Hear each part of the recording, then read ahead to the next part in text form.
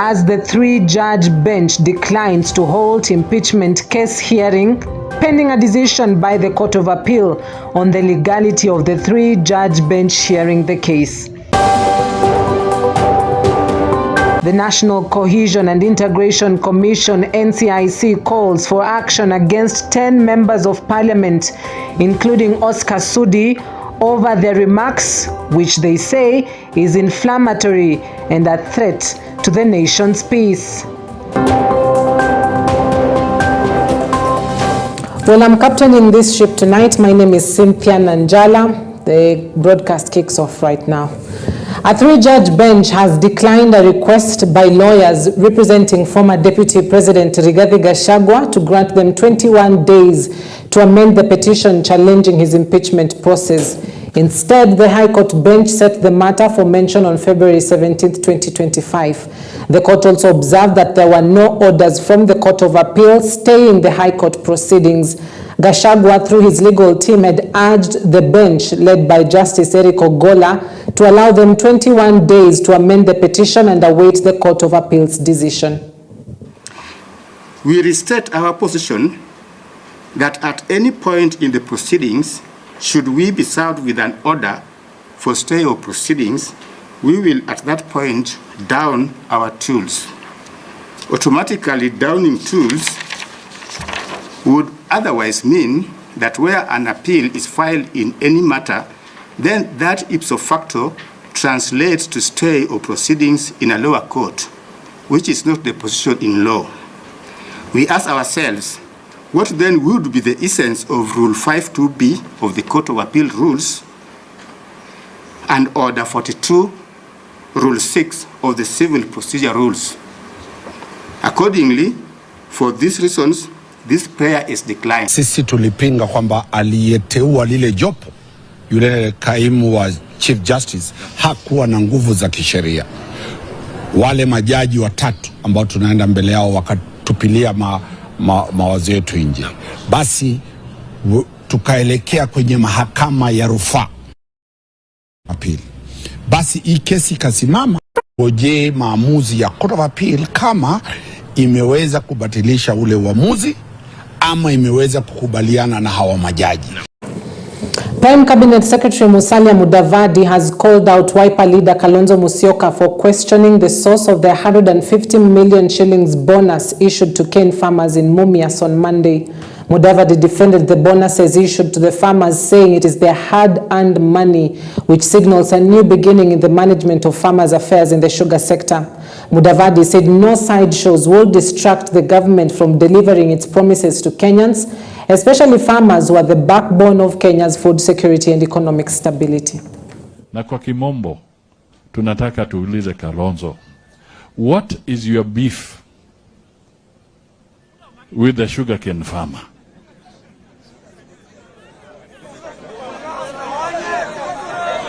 Kwa kifupi, tunauliza Kalonzo, pilipili usioila ya kuashia nini?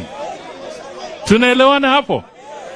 Kwa sababu wakulima wamepata nafasi, wajimudu wameumia kwa muda mrefu, badala yeye kusherekea, yeye analalamika. Wale vijana na wazee wa siasa wenye hawajui mwelekeo uko wapi, wakianza kusema ati ni makosa mtu wa Ingo kulipwa bonus, ati ni makosa mtu wa Miwa kulipwa bonus. Sasa wewe ndugu yetu Kalonzo, why are you engaged in the negativity of negatively profiling people of this region? Why are you engaged in divisive politics? Why is it good for tea farmers to get bonus, coffee farmers kupata bonus, alafu unasema watu ya Miwa wakipata bonus wanahongwa? Kwani nyinyi mkilipwa jasho yenu ni hongo? Ashindwe asishindwe? Sasa nilishangaa jana kuona Kalonzo amekuwa bunge miaka 30, over 30 years. Sio kama Selasia. Sasa ameingia ligi moja na Selasia, kuuliza ile maswali Selasia anauliza. Sasa nikauliza, jameni, kama huyu ndiye atashindana na Rais William Ruto, iko mashindano kweli? Iko? We want to tell you, Mheshimiwa ndugu yangu Kalonzo, rafiki yangu, if you continue telling lies about others, we'll be constrained to tell the truth about you. And that truth will be very painful to you.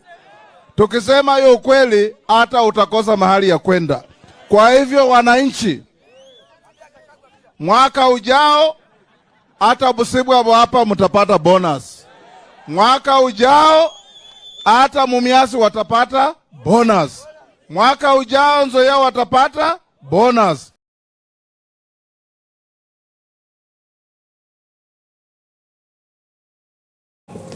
Now, the Ethics and Anti-Corruption Commission, EACC, on Thursday grilled Member of Parliament for Rongo constituency Paul Odalo Mark over the misappropriation of tenders worth 122 million shillings by the Rongo National Government's Constituency Development Fund to companies associated with him during the financial year 2017-18 to 2024 and 2025. Preliminary investigations by the Graft Agency revealed that the legislator, together with one Christopher Nelson Abor, registered a private company that traded with the constituency's CDF, receiving 122 million shillings, to which the MP is the sole signatory to the company's bank account. Personal assistant to the Member of Parliament is also said to have registered another company to which the assistant was paid 19.6 million shillings by the public coffers. EACC says it is investigating the embezzlement, which is largely through conflict of interest, multi-million payment for services not rendered, and payroll fraud involving ghost workers.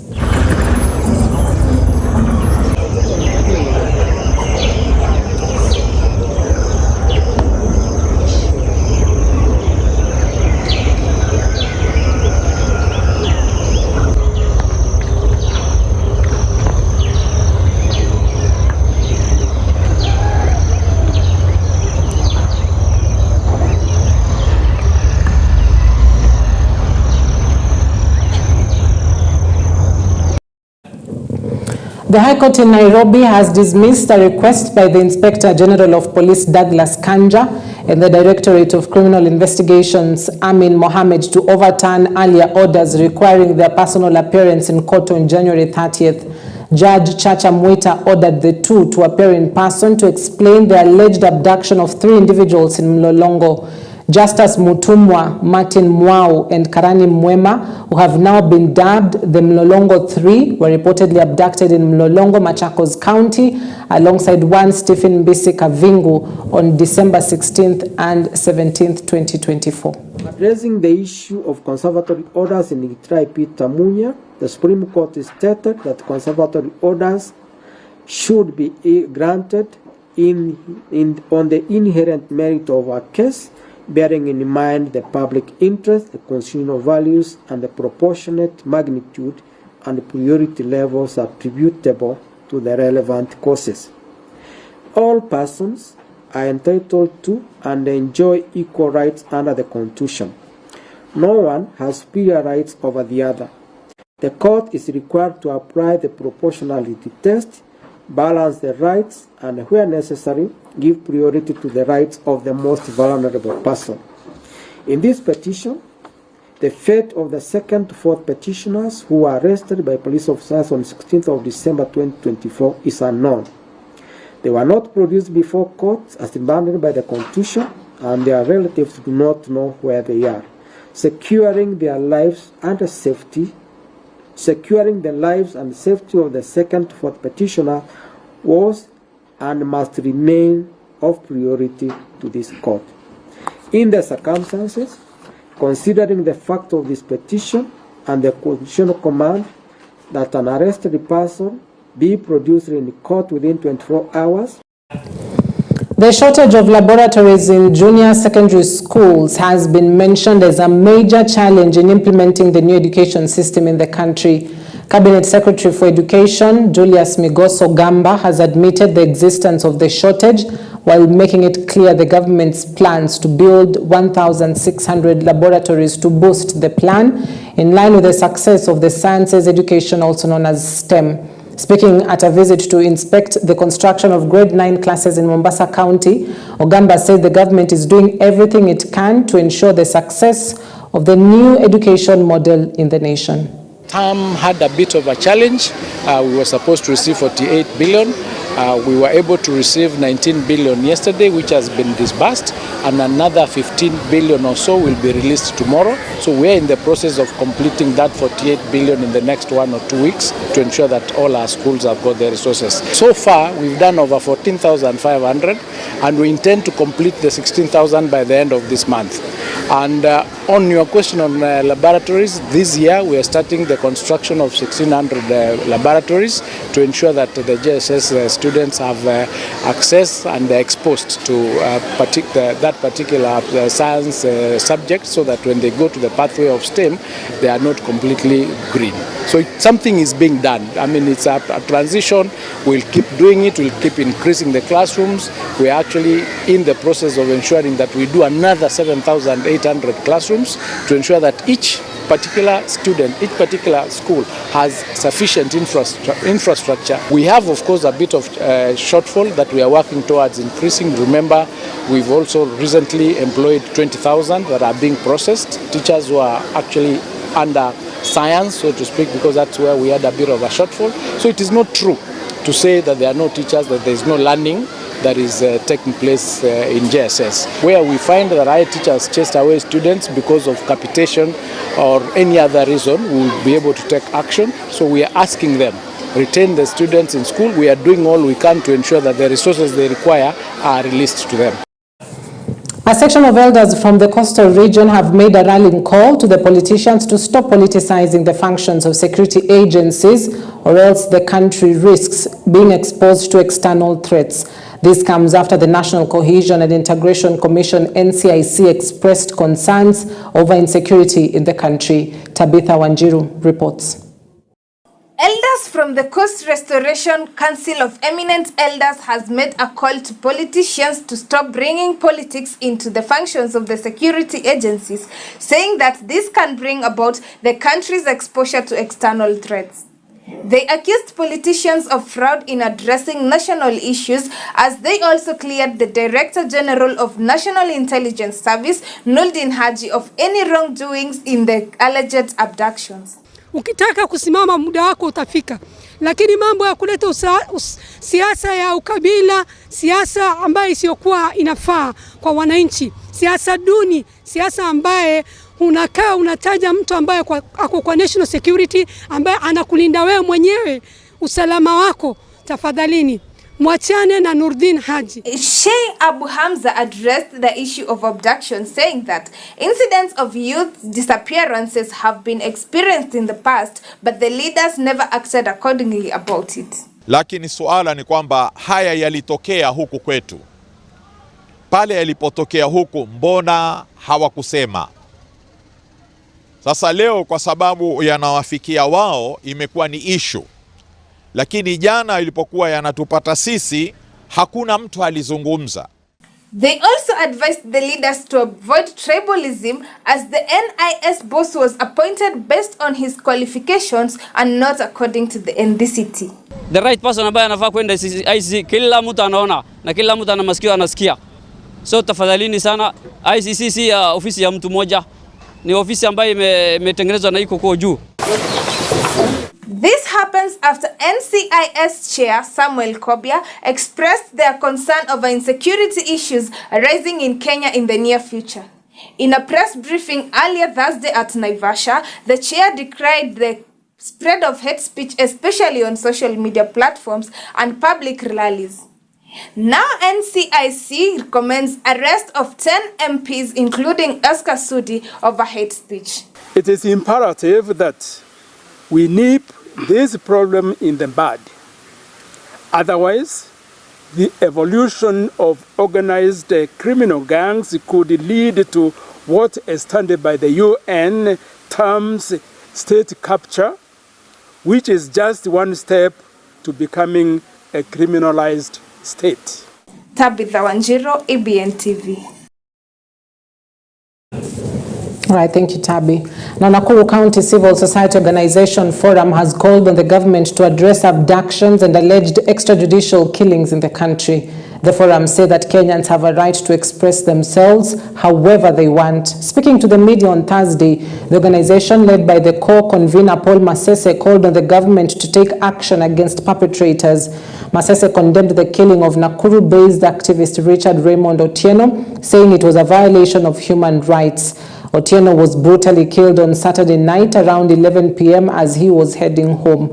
At the same time, the organization condemned the arrest and disappearance of Brian Odhiambo, who was arrested by Lake Nakuru Rangers on Saturday.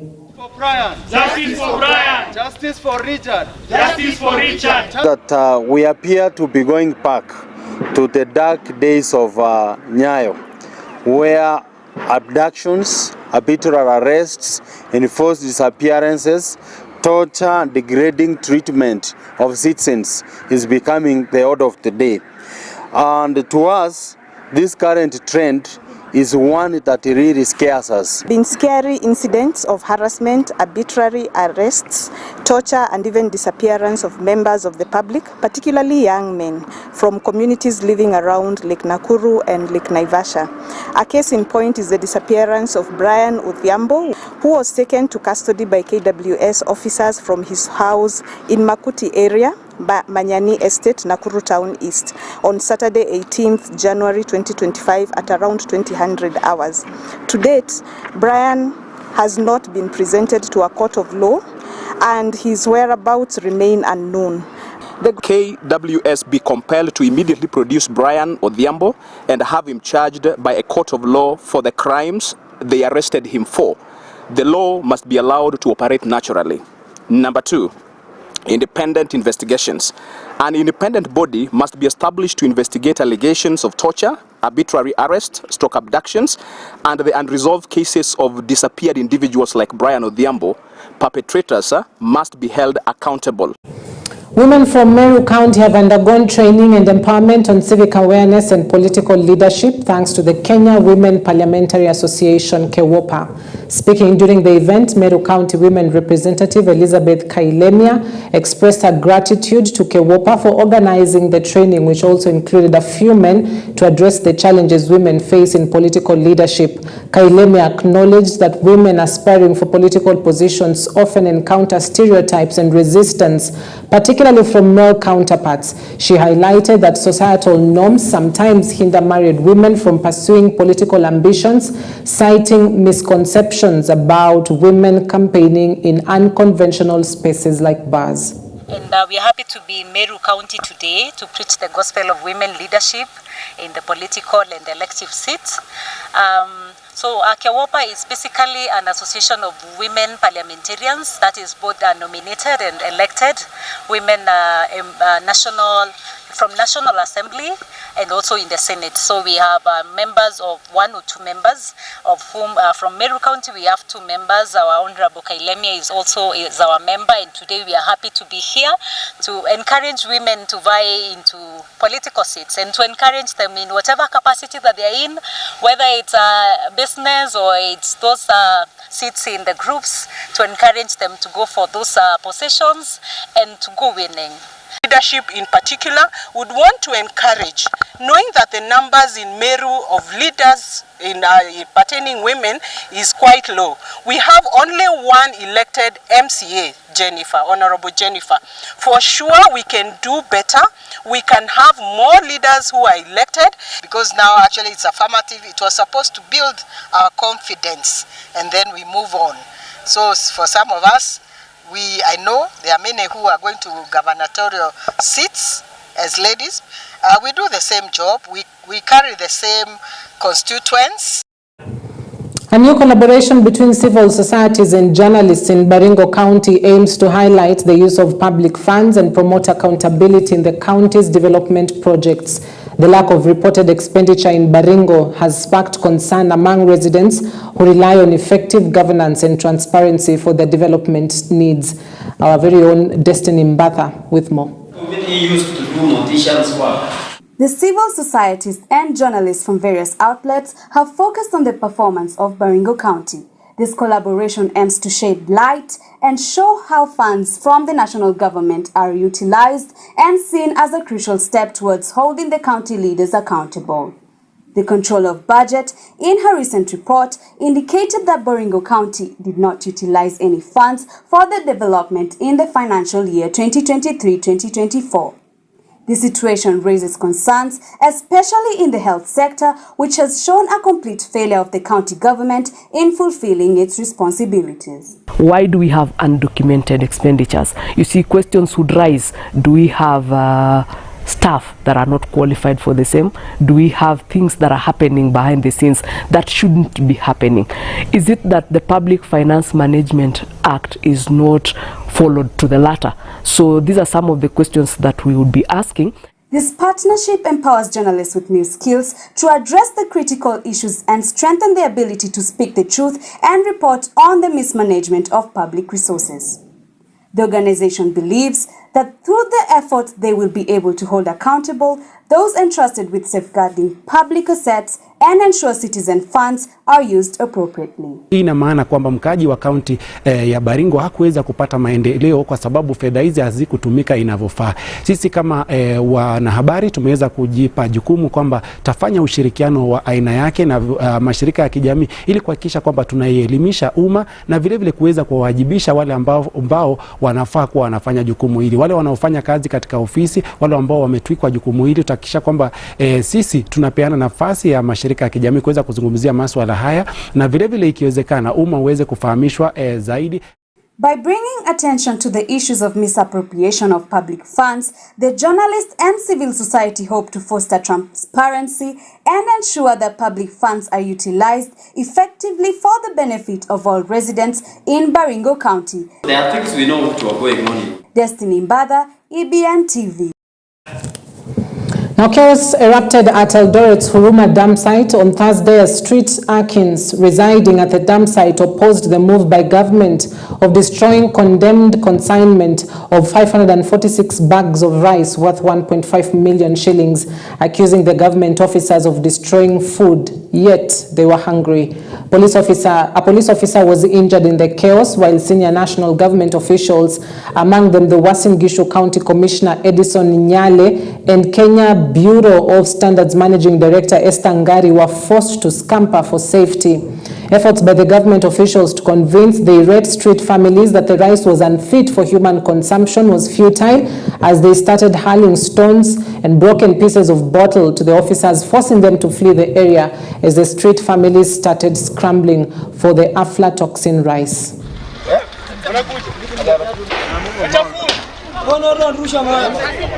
Songa hapo utapigwa na mawe.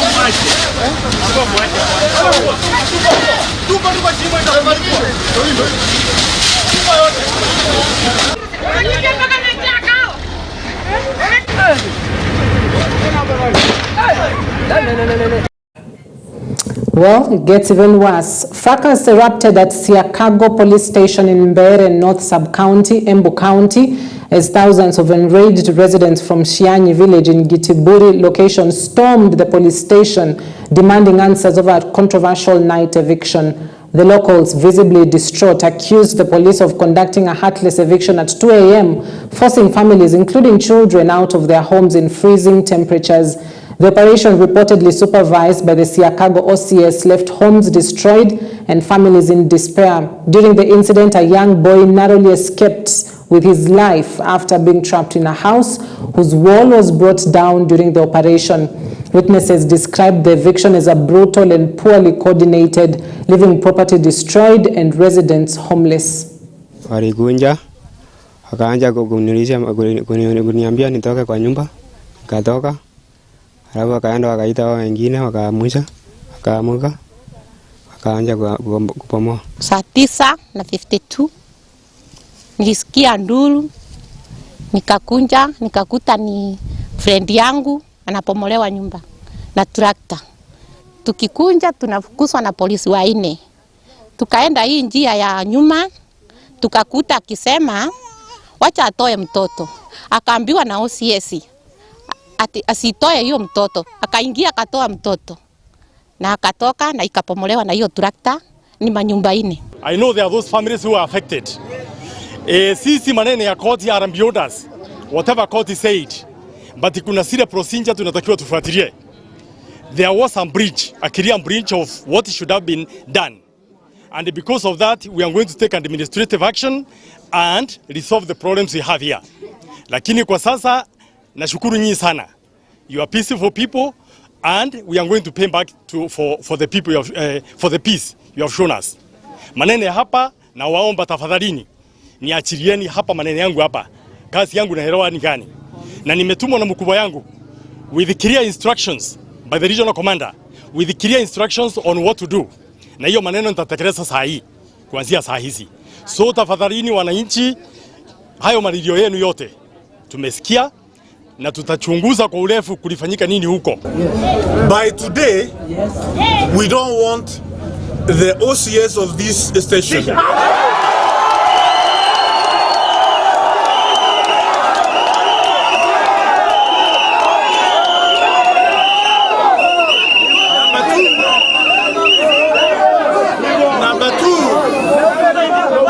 Number two,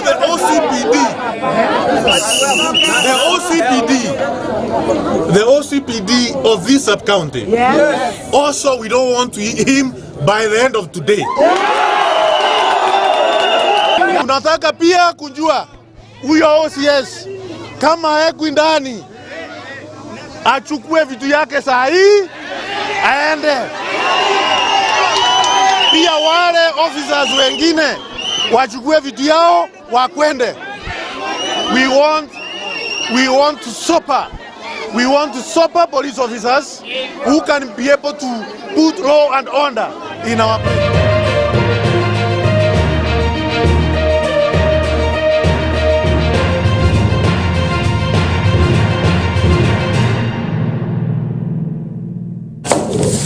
All right, let's get to sport. Now, the school principal of Toloso High School in Sirisia constituency, Protas Ndombi, has called on stakeholders in the education sector to focus on sports and talent while encouraging parents to get involved with their children's co-curricular activities. Speaking during a friendly match with Nzoia FC at the Sudi grounds, the school principal has mentioned that they are planning to sharpen their edges in preparation for this year's secondary school games. Ndombi has sent out a warning to their opponents to prepare for a big competition. The soccer coach of the Toloso school, David Sikulu, stated that they will get more prepared for the upcoming games.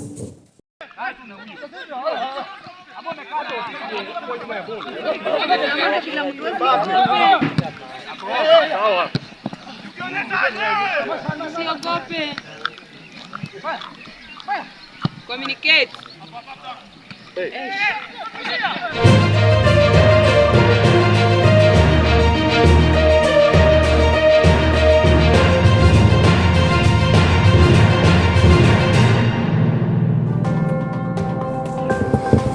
Well, all right, that story from Bungoma County wraps our show tonight. Thank you very much for watching.